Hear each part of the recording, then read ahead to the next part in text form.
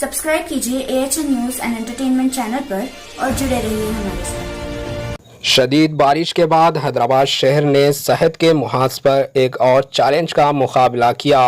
आइए देखते हैं AHN न्यूज़ चैनल की ये खास रिपोर्ट। हैदराबाद के डूबे हुए इलाकों में सोडियम हाइपोक्लोराइड हल इस्तेमाल करके सफाई की जाए। लाखों हैदराबादी जो अब भी कोविड-19 के वबा में हैं वो एक और चैलेंज का सामना कर रहे हैं।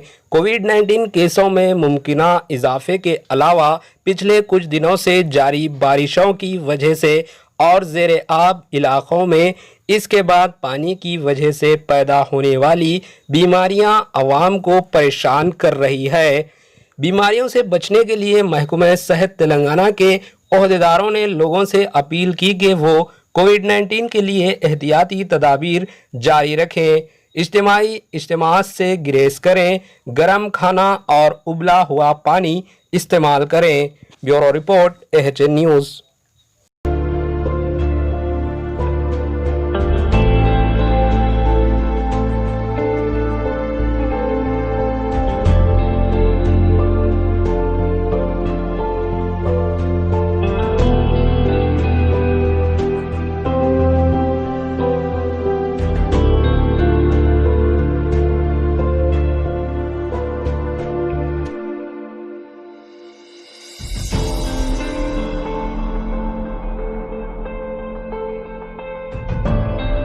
हमारे AHN न्यूज़ को सब्सक्राइब करिए ताकि आपको नोटिफिकेशंस आते रहे वक्त पर।